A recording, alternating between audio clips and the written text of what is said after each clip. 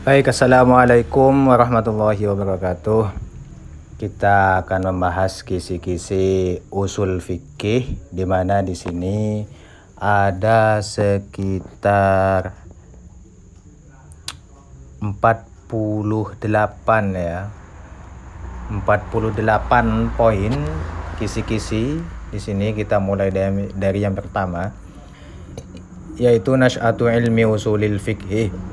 Kemunculan ilmu usul fikih. Di sini ada lebih spesifik, pahami 3 masa kemunculan ilmu usul fikih itu dan pengambilan hukum di tiap-tiap masa itu dari mana gitu. Baik, kita coba langsung ke teksnya. Bismillahirrahmanirrahim. Di sini kita langsung ya. Kisi-kisi yang pertama, poin pertama, kemunculan ilmu usul fikih dan pembukuannya. Nasy'atu ilmi usulil fikhi wa tadwinuh. Kemunculan ilmu usul fikih dan pembukuannya. Ad-daris li tarikh tasyri', pelajar yang mempelajari tarikh tasyri' fi marawahilihi al-mukhtalifah, pada periode-periode tarikh tasyri' yang berbeda-beda, yajidu annal wahyal ilahi biqismaihi, akan menemukan bahwa wahyu ilahi itu dengan dua bagiannya, yaitu apa saja dua bagian al-wahyu ilahi itu? Al-matlu wa huwal Qur'an wa ghairul matlu wa huwa sunnah. Yaitu ada al-matlu yakni Al-Qur'an dan ada ghairul matlu yakni as-sunnah atau hadis. Kana masdar at-tasyri' fi asrin Nabi sallallahu alaihi wasallam. Kedua-duanya ini atau al-wahyul ilahi ini, wahyu ilahi inilah yang menjadi masdar tasyri', menjadi sumber hukum syariat ya. Fi asrin Nabi, pada masa kanjeng Nabi sallallahu alaihi wasallam. Walam takun hunaka daruratun tad'uhu sallallahu alaihi wasallam ila wad'i qawaida wa ususin yasiru 'alaiha fi tasyri'atihi. Pada masa itu tidak ada daruratun tad'uhu, kondisi yang menuntut kanjeng Nabi, menuntut Rasulullah untuk meletakkan qawaidah wa usus, kaedah-kaedah dan asas yang bisa menjadi dasar dalam tasyri' atau pensyariatan hukum. Nah, lalu kemudian bagaimana? Karena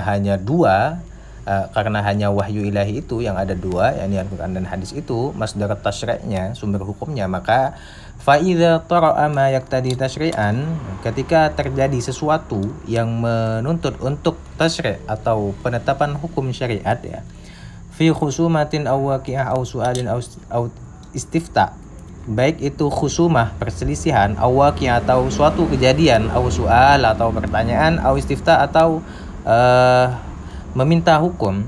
Wa Allahu azza wa jalla ila rasuli sallallahu alaihi wasallam bi ayah aw ayatin, dan Allah mewahyukan kepada Rasulullah bi ayatin aw ayat, satu ayat atau beberapa ayat, fiha hukmu ma urida ma'rifatu hukmih, yang dimana di dalam ayat-ayat itu terdapat hukum yang ingin diketahui.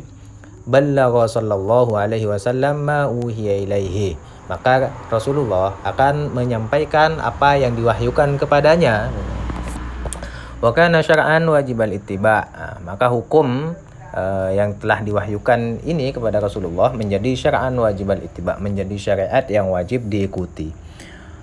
Lalu yang kedua, wa idza tara'a ma yaktadi tasyri'an, ketika terjadi lagi sesuatu yang menuntut tasyri', penetapan hukum syariat, walam yunzal Qur'an yubayyinul hukma, akan tetapi tidak diturunkan Al-Qur'an yang menjelaskan hukumnya, walakin Allah azza wa jalla alhamahu sallallahu alaihi wasallam al-hukma, akan tetapi Allah memberikan ilham kepada Rasulullah al-hukma, terkait hukumnya. Ijtahada sallallahu alaihi wasallam fi ta'bir anhu biqaulihi aw fi'lihi aw taqririhi, maka kanjeng Nabi akan berusaha untuk menjelaskan wahyu atau ilham yang diilhamkan kepada kanjeng Nabi terkait hukum tersebut dengan melalui biqaulihi aw fi'lihi aw taqririhi, dengan ucapannya, dengan fi'linya, amaliyahnya, aw taqririhi atau dengan takrirnya. Fahadzal hukmu hukmun ilahiyun laisa lahu sallallahu alaihi wasallam fihi la ta'bir anhu, Maka hukum yang semacam ini, model yang kedua ini adalah hukmun ilahiyun, adalah hukum ilahi yang mana Rasulullah hanya illa ta'bir anhu, hanya menjelaskan atau menyampaikannya saja karena kan sudah diilhami oleh Allah, begitu ya. Ini yang model kedua. Kemudian yang model ketiga, wa idza tara'a ma yaqtadi tasyri'an, ketika terjadi lagi sesuatu yang menuntut tasyri', penetapan hukum syariat, walam yunzal Qur'an bayyanal hukmah, akan tetapi tidak ada Al-Quran yang diturunkan untuk menjelaskan hukumnya, walam yulhimhullah, dan Allah tidak memberikan ilham kepada kanjeng Nabi, ijtahada, maka bagaimana? Ijtahada sallallahu alaihi wasallam fi ma'rifatil hukmi wa ta'bir anhu, maka Rasulullah akan berijtihad untuk menetapkan hukumnya. Inilah yang model ketiga. Jadi di sini ada 3 model ya.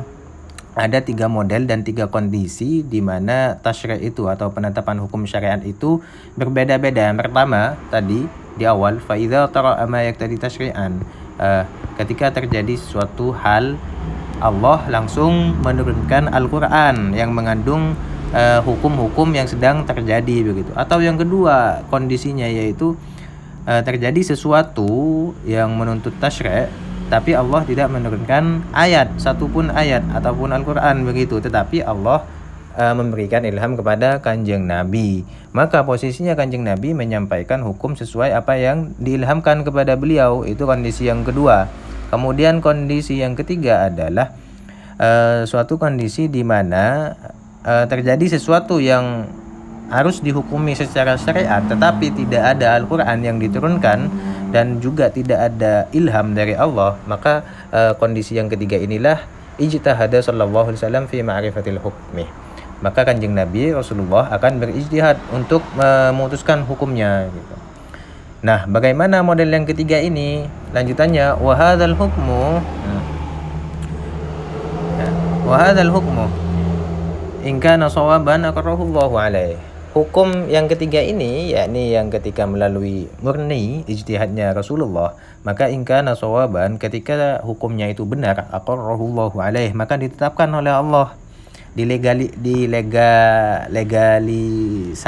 legislasi lah oleh Allah, gitu. Wa in kana ghayra dzalika, akan tapi kalau tidak shawab, tidak tepat begitu hukumnya, maka bayyanallahu azza wa jalla lahu as-shawab, maka Allah akan menjelaskan hukum yang benar. Contohnya seperti apa? Nabi sudah berijtihad, sudah memutuskan hukum, lalu kemudian dikoreksi oleh Allah. Contohnya, wa min amsilati dzalika, inilah contohnya. Contohnya hadisuf tidai asra Badr. Kejadian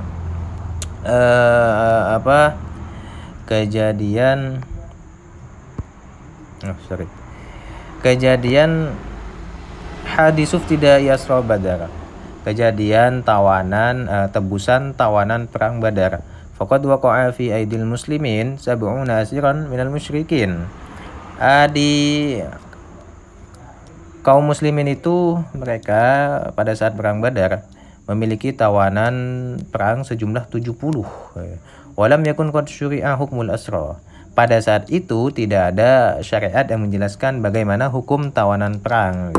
Fajtahada sallallahu alaihi wasallam, maka Rasulullah berijtihad, wastasyara ashabahu radhiyallahu anhum fima yuf'al bihim, dan beliau bermusyawarah dengan para sahabat untuk keputusan apa yang akan diterapkan bagi tawanan perang ini.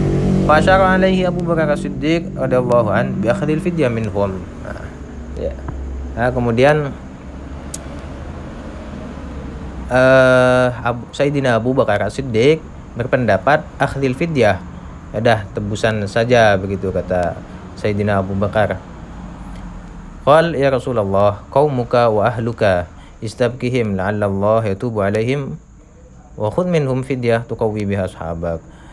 Kata Sayyidina Abu Bakar, tawanan yang tawanan perang itu kaumnya engkau Rasulullah, dan juga ada beberapa dari keluargamu, istabihim la'allahu yatubu alaihim, udah biarkan saja mereka, jangan dibunuh, begitu.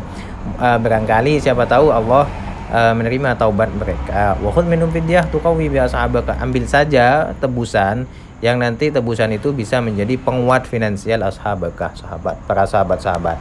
Itu pendapat Sayyidina Abu Bakar. Wa asyara Umar al-Faruq radhiyallahu anhu biqatlihim, tetapi beda dengan pendapat Sayyidina Umar bin Khattab ya. Beliau berpendapat untuk biqatlihim, dibunuh saja tawanan itu. Wa qala ya Rasulullah kadzabuka wa ahrajuka min baladika. Mereka mendustaimu dan mengusirmu dari negaramu. Fadrib a'naqahum, maka penggalah leher-leher mereka, tebas. Haula aimmatul kufr, mereka itu pemimpin-pemimpin kafir. Allah aghnaka 'anil fida, Allah yang akan mencukupimu dari tebusan. Itu pendapat Sayyidina Umar. Lalu pendapat siapa yang akan diambil oleh Rasulullah? Apakah Abu Bakar atau Sayyidina Umar? Wa qad adda ijtihaduhu sallallahu alaihi wasallam ila al-akhdhi bi ra'i Siddiq radhiyallahu anhu. Nah, ternyata ijtihadnya Rasulullah lebih condong kepada condong kepada pendapatnya Sayyidina Abu Bakar As-Siddiq, yaitu faqabila minhum al-fida, sehingga kemudian Rasulullah menerima tebusan dari tawanan perang itu. Lantas apa yang terjadi setelah keputusan hukumnya sudah diterapkan begitu ya? Fa nazala al-wahyu mu'atiban an-nabi sallallahu alaihi wasallam mubayyinan wajhas shawab.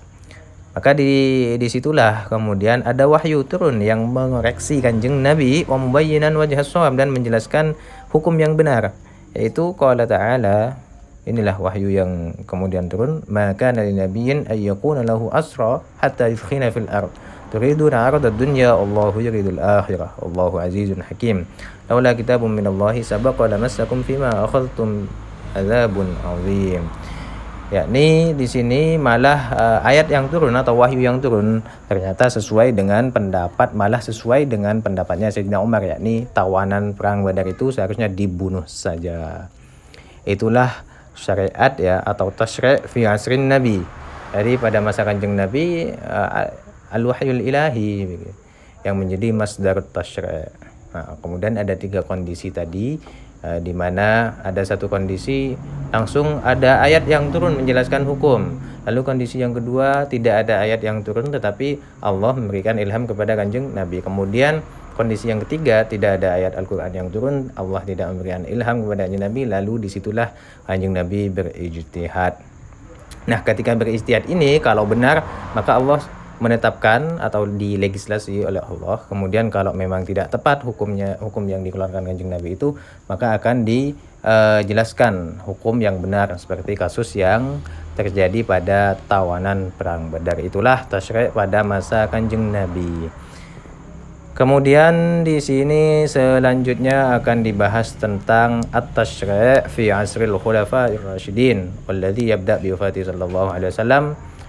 Kita akan lanjutkan pada video selanjutnya. Terima kasih. Assalamualaikum warahmatullahi wabarakatuh.